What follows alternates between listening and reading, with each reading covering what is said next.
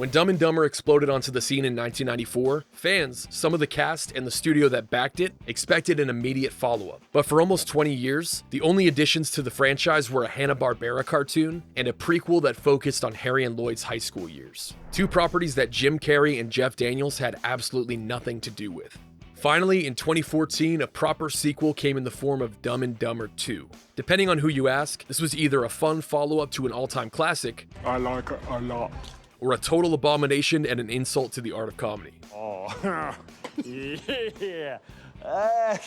The divisive nature surrounding the quality of the sequel is one thing, but the film was plagued by development issues, with Jim Carrey even threatening to completely step away from the project at one point in time. But even after those problems were ironed out and the movie ran its course, the production company behind Dumb and Dumber 2 was linked to a worldwide money laundering scandal orchestrated by a mysterious Malaysian billionaire who spent millions of dollars essentially buying up friendships with some of the biggest names in Hollywood. In today's video, we'll be discussing that aspect of the story and so much more. Let's get into it. Doing this because of the requests of millions of people that never leave me alone about it. You know, they want to see it. It just definitely got inside people and became a part of their lives. I think that was her grand gina.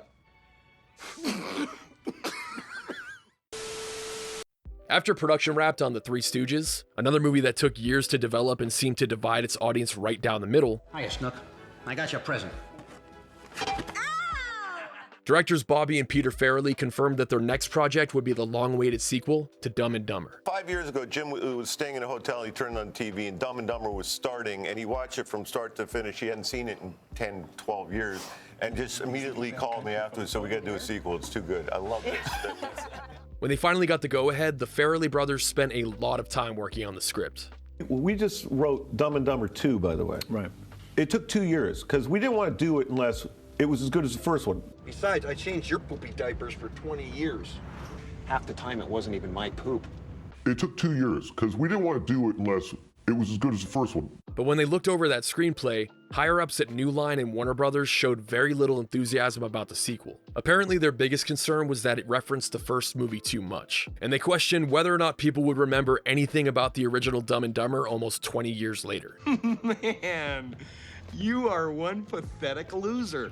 This just goes to show how utterly disconnected from reality these studio executive types are. They see Dumb and Dumber as a cash cow from years past, whereas you and I, who they would probably refer to as the Poors, cherished this movie and rewatched it on home video several, if not dozens of times. If you lived in the suburbs, you were issued it. It came in the mail with samples of Tide. But even if you didn't own Dumb and Dumber, it was played on channels like Comedy Central and TBS constantly back in the day. This was not a movie that people watched once and quickly forgot about, like Doc Hollywood or The Cowboy Way.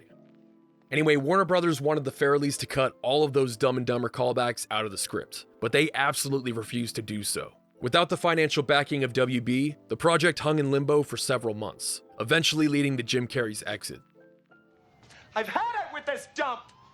At that point, it seems like the studio knew they were in trouble. They couldn't just slap a bowl cut onto another actor's head and try to pass him off as Lloyd Christmas. So they gave Bobby and Peter Farrelly the option to shop the film around to other studios. For your sake, I won't go over the studio bidding war process. We'll just skip straight to June 18th, 2013, when the Farrelly brothers excitedly announced that Red Granite Pictures and Universal stepped up to finance and distribute the film. Of course, Universal needs no introduction. They're the studio behind monster hits such as Cats, Kazam, I am Kazam! and Stop or My Mom Will Shoot. Hey, yo. But Red Granite Pictures is a company that emerged in 2010, backing movies like Out of the Furnace, Horns, and The Wolf of Wall Street. The studio quickly gained notoriety in Hollywood for over-the-top events, most notably a studio launch party at the Cannes Film Festival in 2011, featuring a surprise performance by Kanye West with an appearance by Jamie Foxx. Welcome to the Red Granite Party, the emergence of real film, real content, and the change of the film industry. If I recall, I played with your boobies for a long time that night. But Red Granite also gained quick notoriety for some pretty shady legal battles, as not even a month after they agreed to finance Dumb and Dumber 2, a lawsuit emerged between the studio and two of the film's producers. This situation definitely wasn't as juicy as some of the stuff we'll go over later on in the video, as the lawsuit was settled amicably in July of 2014, but keep it in the back of your mind for the time being. With financial backing and a distributor locked down, production on Dumb and Dumber 2 officially began in September of 2013. Our first look at an older Harry and Lloyd was tweeted out by Jeff Daniels around that same time, and witnessing the long-awaited return of the characters that helped catapult these actors into comedic legend was just so exciting at the time. But then we got a trailer. Who's this? Oh, that's Butthole. I found him out in the alley. Why'd you name him Butthole? Because of this. A trailer that Jimmy Fallon described as one of the funniest trailers I've ever seen. Which isn't saying much because he slaps his knee and cackles at the sight of someone simply existing. The thing is, trailers for comedy movies often fail to capture the product they're attempting to promote. It's difficult to sell the audience on certain jokes in a span of like 2 minutes. But when the movie finally came out and reviews started to pour in, I got a bit worried. I'm not talking about critic reviews either. I'm talking about user reviews. You'll find more laughs in The Passion of the Christ. An ungrateful, unrewarding, unmagical, unsatisfying, unfunny movie you wish you could unsee. Farrelly brothers, you should be ashamed of yourselves. You're out of attempts. Please turn in your badges. That's 2 hours of my life that I will never get back. This is one giant turd. Are they broke? Did they need money? Suck balls. Big balls. But that lukewarm reception caused me to skip Dumb and Dumber 2 in theaters and eventually just watch it at home. And my thoughts on the movie? Well, let me put it this way. Dumb and Dumber 2 somehow made When Harry Met Lloyd look like the f***ing Shawshank Redemption by comparison. It's been 20 years since the events of Dumb and Dumber. In that time, Lloyd was committed to a mental institution after falling into a catatonic state because of the pain he felt after being rejected by Mary Swanson. Which doesn't really make any sense because he definitely seemed pretty content about his situation before the credits rolled on that first movie. But before you even have the chance to poke holes in the subplot, Lloyd reveals that the entire thing was a prank. I got you so good! This twist, if you can even call it that, sort of prepares you for the rest of the movie, because by the time that the end credits roll, none of the plot points presented to the viewer in the last hour and 40-something minutes matter at all. Nerd, nerd, nerd, nerd, nerd, nerd, nerd. The main crux of the story is that Harry needs a kidney. While visiting his adoptive parents to ask for one, You adopted. Wow, what a nut punch. Harry discovers a letter that leads him to the assumption that he fathered a child with the infamous Freda Felcher, who had previously only been mentioned by name. Felcher? From Cranston? Well, in the prequel they showed her, but we'll get back to that later. Harry's supposed daughter, Penny, has since been adopted by a wealthy doctor in Maryland, so they journey out to find her, each for different reasons. Harry obviously needs a kidney, but Lloyd is on a quest for booty. You want to stay because you're hot for my daughter. That's insane. Where the original Dumb and Dumber makes me laugh, no exaggeration, from start to finish, Dumb and Dumber 2 didn't provide me with a laugh out loud moment until about 20 minutes in. And it was one of the most effortless comedic moments in the film. The Farrelly brothers have stated that the Andy Griffith Show was a huge influence on them while writing Dumb and Dumber 2, because it showcased the simplicity of comedy. Almost every day before we started writing, we would watch an Andy Griffith episode. The banana peel casket moment is such a good example of that. Although I'm admittedly not super well versed in the Andy Griffith Show, was there an episode where Barney Fife got his hand caught in an old lady's Grangina? When they get to Dr. Pinchillow's home, they're immediately sent to some tech convention in Texas to meet Penny, and also deliver a special box that supposedly contains a life-changing invention. But they're saddled up with a housekeeper named Travis, who sort of filled the role of Joe from the first movie as the individual who was forced to put up with Harry and Lloyd's abrasive personalities. What are you doing? I forgot. Travis is romantically involved with Dr. Pinchillow's wife, Adele, and they're attempting to kill him with poison to inherit his wealth. By the way, this movie was filmed in Atlanta right around the time that The Walking Dead wrapped up shooting on its 3rd season. So that means that Laurie Holden was killed off of what was, at the time at least, one of the biggest shows in the world, and immediately shipped off to the Dumb and Dumber 2 set, where she had to suck on Rob Riggle's toes. What a promotion. I hope you're enjoying this. Right. Much like Joe from the first movie, Travis meets a quick demise while riding along with Harry and Lloyd. His little scream before getting wrecked by a train was another very simple but very funny moment in this movie. So long, boy. Once they arrive to the convention, Harry and Lloyd are separated, which gives Lloyd some time to meet up with Penny. Lloyd quickly comes to the conclusion that he is actually her father, but soon after that, everything comes to a head in a bathroom where multiple revelations are made. Why not just stand on the rim? There's ball hairs all over that thing. Penny isn't the daughter of Lloyd or Harry, but rather their long-deceased friend named P. Stain Stainer. Pee stains the dad? Duh. Dr. Pinchalo was suspicious of his wife and sought help from the FBI to foil her plot. And the box that supposedly contained an advanced technological discovery was just 2 cupcakes. In the midst of all this, Lloyd reveals that he went down to Mexico to have a kidney removed that he intends on donating to Harry. But oops, the kidney angle was actually just a revenge prank on Lloyd this whole time. That is a good one. After suffering through this movie, this moment was just such a slap in the face. But I will admit that the concept of Lloyd getting scammed out of a kidney for a pork chop was pretty damn funny. I believe it's a pork chop. The thing is, the original Dumb and Dumber also hit you with a story that basically doesn't matter by the time the credits roll. Harry and Lloyd left Providence with dreams of luxurious Aspen living, but end up losing everything during their travels. But that didn't matter because in the end, all they needed was their friendship. It's a really nice message that the sequel tries to repeat, but this movie turned Harry and Lloyd into such unlikable assholes that you just don't have the same warm fuzzy feelings this time around. Also, a lot of the humor in this movie is just rehashed jokes from the first film. Hey, Hare, you want to hear the second most annoying sound in the world? Sure. Want to hear the most annoying sound in the world? While I still disagree with Warner Brothers for thinking that audiences would have forgotten about the original movie 20 years later, I do agree that there were just way too many references to that movie in this sequel. Relax, I took care of it. I took care of it.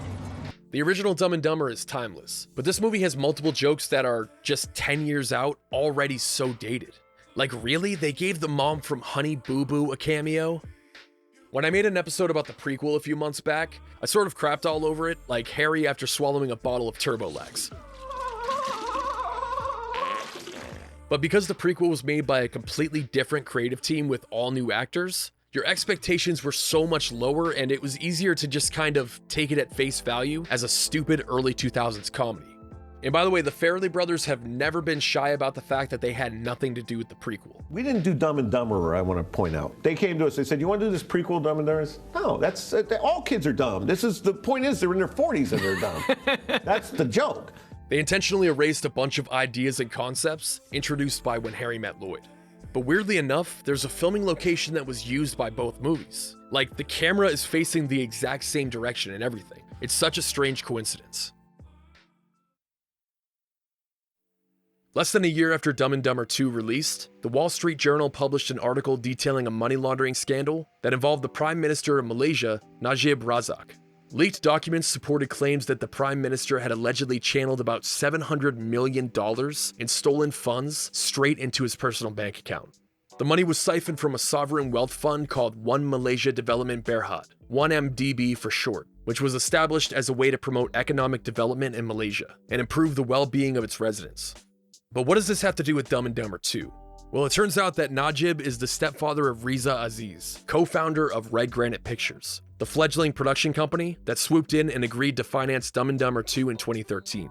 Riza and his stepfather were not the only ones involved in the scandal, and those $700 million in stolen funds only scratched the surface. The mastermind behind this plot was a man by the name of Jho Low, who had been good friends with Riza since they met while attending university together. It's been estimated that over $4.5 billion were diverted from 1MDB into various shell companies and offshore accounts created by Jho Low. Jho used that money to support an insane lifestyle for both himself and his friends, filled with mansions, penthouses, yachts, private jets, and hobnobbing with A-list celebrities. Just to give you an idea of this guy's psyche, Joe's college roommates recalled that he had such a massive crush on Paris Hilton that he watched the 2005 House of Wax remake about a half a dozen times.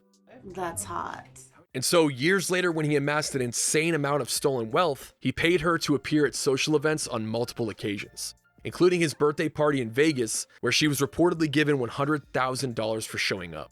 That same party, which cost millions of dollars, took place on the Vegas Strip in a specially built structure large enough to fit a concert stage, Ferris wheel, carousel, circus trampoline, and cigar lounge. Aside from Paris Hilton, countless A-listers were paid to appear. Live performances were done by Ludacris, Busta Rhymes, Pharrell, and Psy.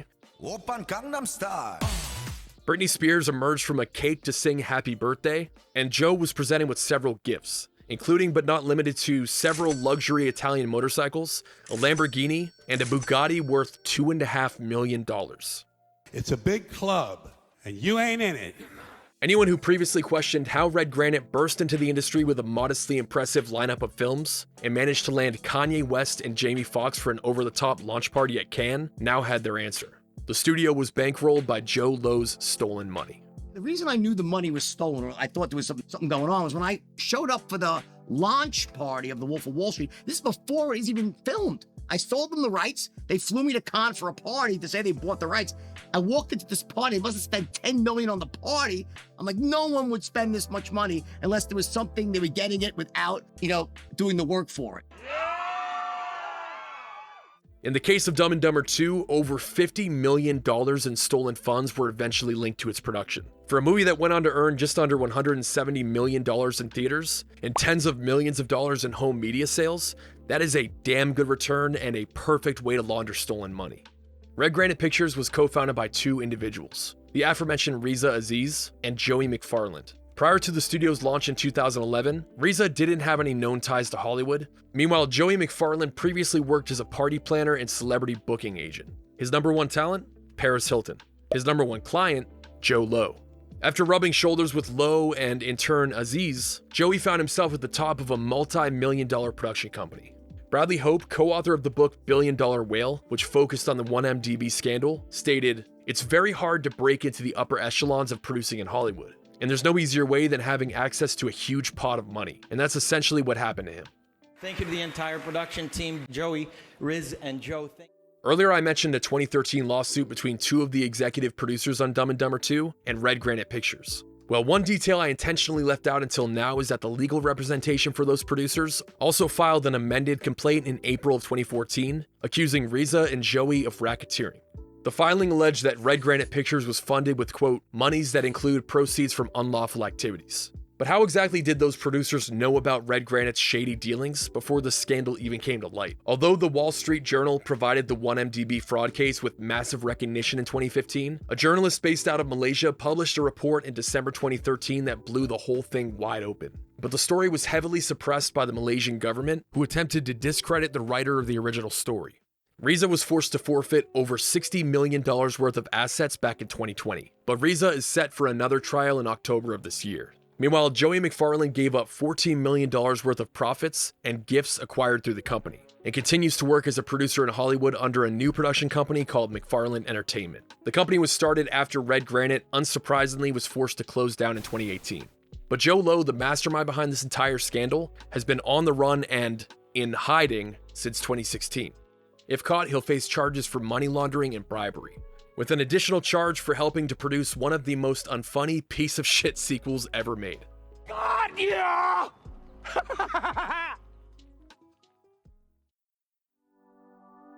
But that'll do it for today's episode.